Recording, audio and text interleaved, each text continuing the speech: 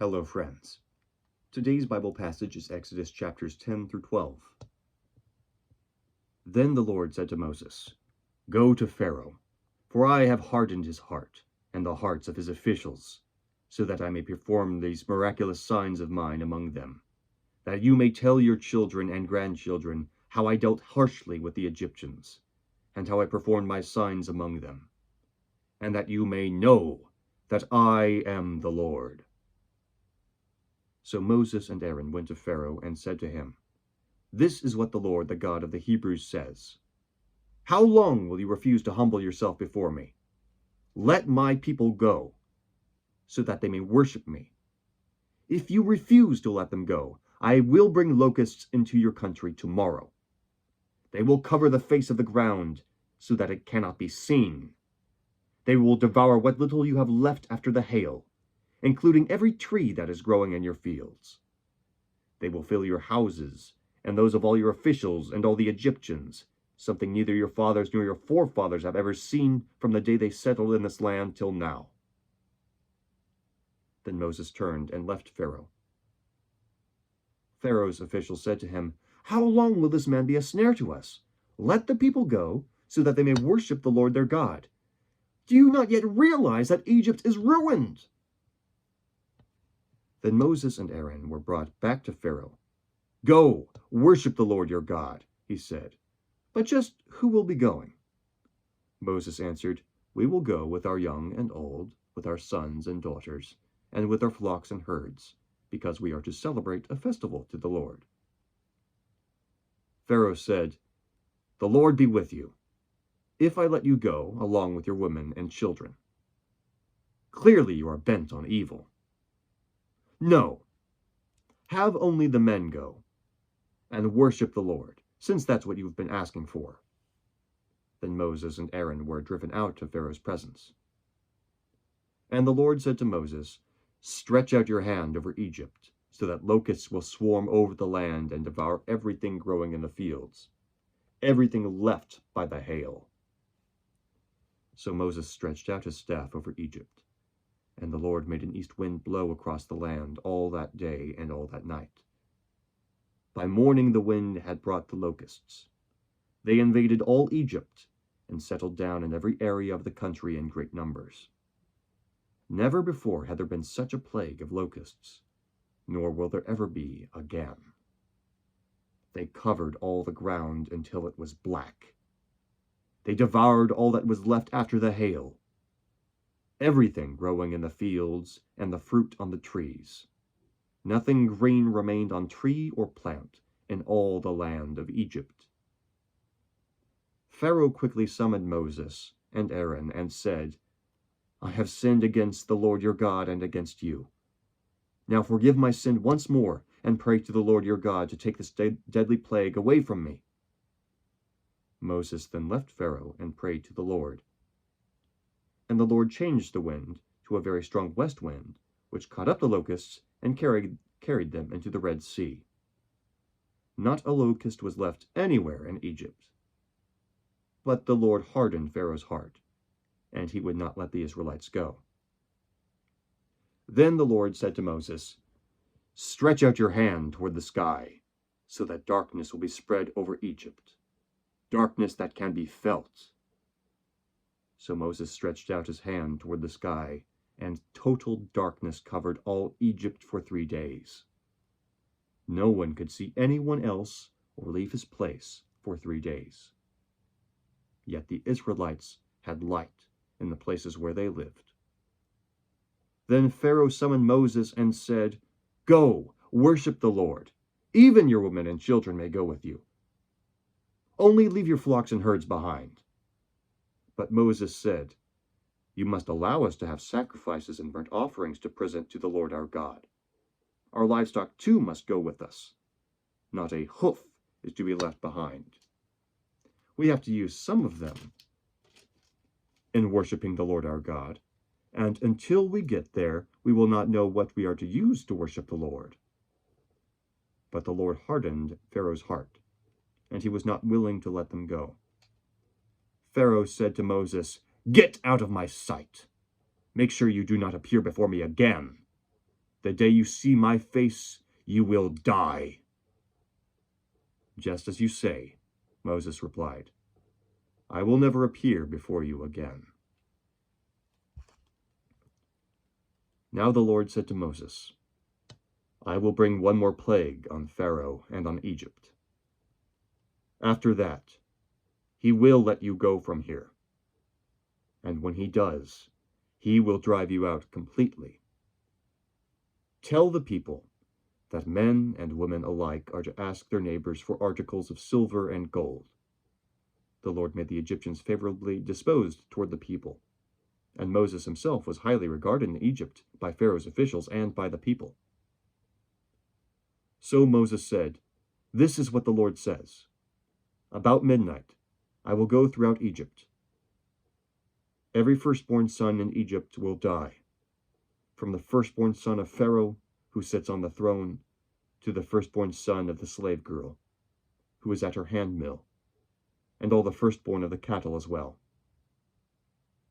There will be loud wailing throughout Egypt, worse than there has ever been, or ever will be again.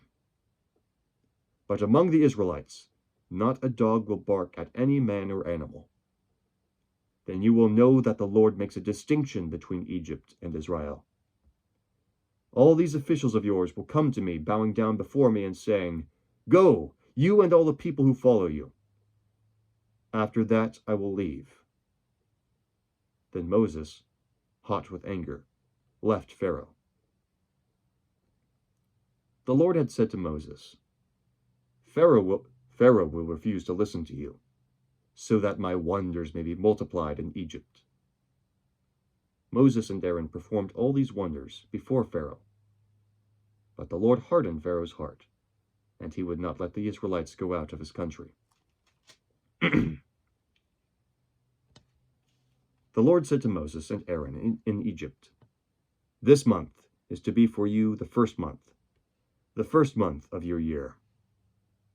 Tell the whole community of Israel that on the 10th day of this month each man is to take a lamb for his family, one for each household. If any household is too small for a whole lamb, they must share one with their nearest neighbor, having taken into account the number of people there are. You are to determine the amount of lamb needed in accordance with what each person will eat. The animals you choose must be year-old males without defect, and you may take them from the sheep or the goats. Take care of them until the 14th day of the month, when all the people of the community of Israel must slaughter them at twilight. Then they are to take some of the blood and put it on the sides and tops of the door frames of the houses where they eat the lambs. That same night they are to eat the meat roasted over the fire, along with bitter herbs and bread made without yeast. Do not eat the meat raw or cooked in water, but roast it over the fire, head, legs, and inner parts. Do not leave any of it till morning. If some is left till morning, you must burn it. This is how you are to eat it, with your cloak tucked into your belt, your sandals on your feet, and your staff in your hand. Eat it in haste. It is the Lord's Passover.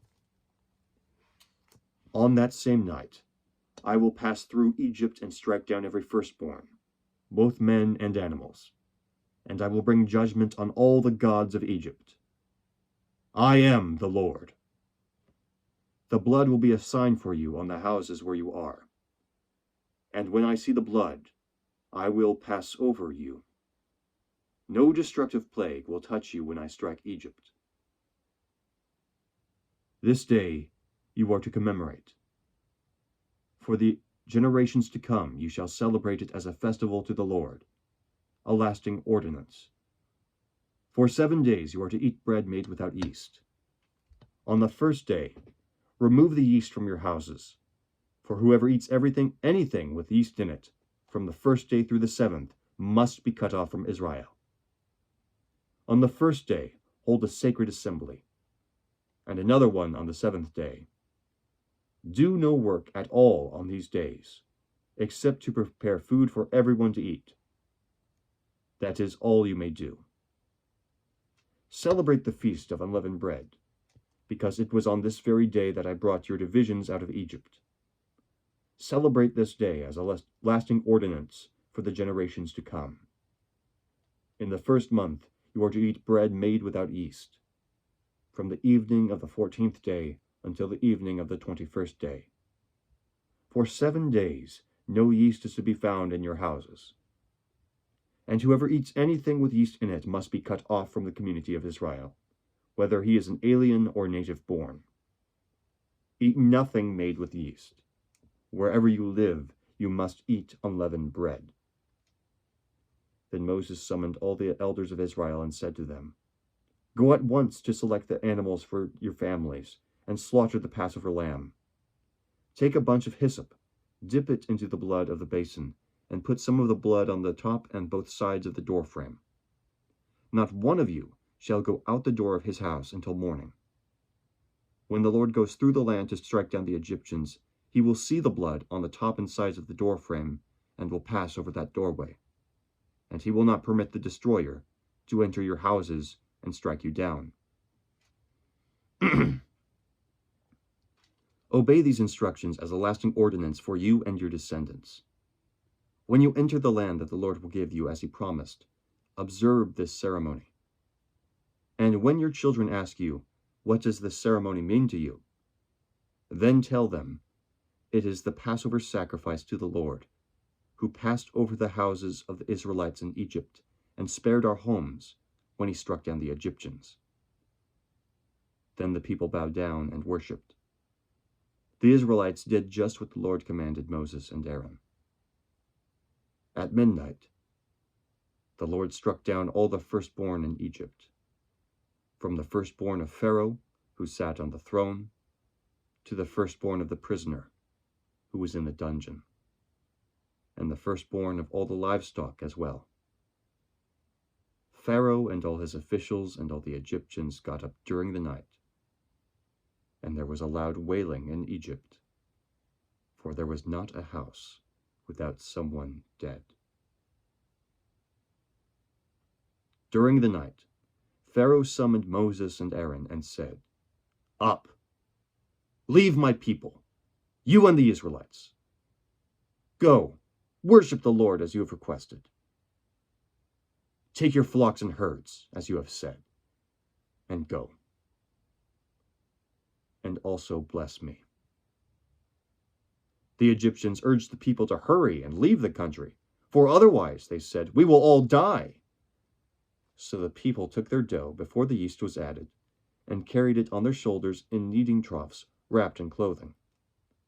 The Israelites did as Moses instructed, and asked the Egyptians for articles of silver and gold and for clothing. The Lord made the Egyptians favorably disposed toward the people, and they gave them what they asked for. So they plundered the Egyptians. The Israelites journeyed from Ramesses to Succoth. There were about 600,000 men on foot, besides women and children. Many other people went up with them, as well as large droves of livestock, both flocks and herds. With the dough they had brought from Egypt, they baked cakes of unleavened bread. The dough was without yeast, because they had been driven out of Egypt and did not have time to prepare food for themselves. Now the length of time the Israelite people lived in Egypt was 430 years. At the end of 430 years, to the very day, all the Lord's divisions left Egypt. Because the Lord kept vigil that night to bring them out of Egypt, on this night all the Israelites are to keep vigil to honor the Lord for the generations to come. The Lord said to Moses and Aaron, These are the regulations for the Passover. No foreigner is to eat of it. Any slave you have bought may eat of it after you have circumcised him, but a temporary resident and a hired worker may not eat of it. It must be eaten inside one house. Take none of the meat outside the house. Do not break any of the bones. The whole community of Israel must celebrate it. An alien living among you who wants to celebrate the Lord's Passover must have all the males in his household circumcised. Then he may take part, like one born in the land. No uncircumcised male may eat of it. The same law applies to the native born and to the alien living among you.